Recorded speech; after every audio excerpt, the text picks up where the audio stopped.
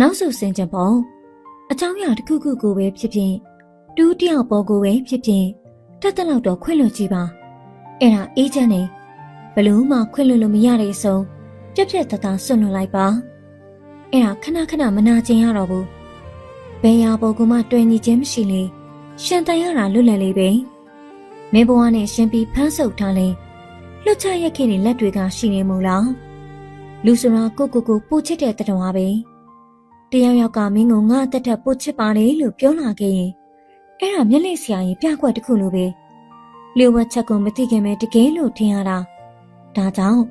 မင်းကိုမင်းမဲပို့ချစ်ပါ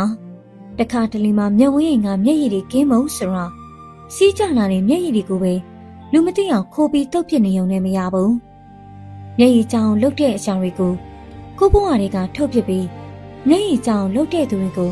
ကြော်ခိုင်းလန့်ခွဲပြီးမေ့ပြစ်တတ်ဖို့လည်းလိုသေးတယ်လူရာထပ်ပို့ပြီးဘယ်ရာကိုမှတန်းတန်းတတ်တာမလို့ချင်ပါနဲ့လူချင်တာတစ်ခုကိုရလိုက်တဲ့နောက်မှာစိတ်ဒုက္ခနဲ့ပူလောင်ခြင်းတွေကအများကြီးဆိုတော့အတန်ရွယ်နဲ့ရှင်းချက်မှုရမင်းလေးတိလောက်ပြီလို့ထင်ပါတယ်မေတ္တာတရားကိုပဲပေါ်ပေါ်များများသုံးပါကွာကိုယ်တိတ်ခါနဲ့ကိုယ်မာနာကိုထိခိုက်စေလောက်တဲ့တစ်ဖက်သက်ဆန်တဲ့တန်ရောစင်တွေနဲ့အပေါ်စားဆက်ဆံရေးတွေကိုတော့မင်းဘက်ကဆင်ခြင်ပေါ့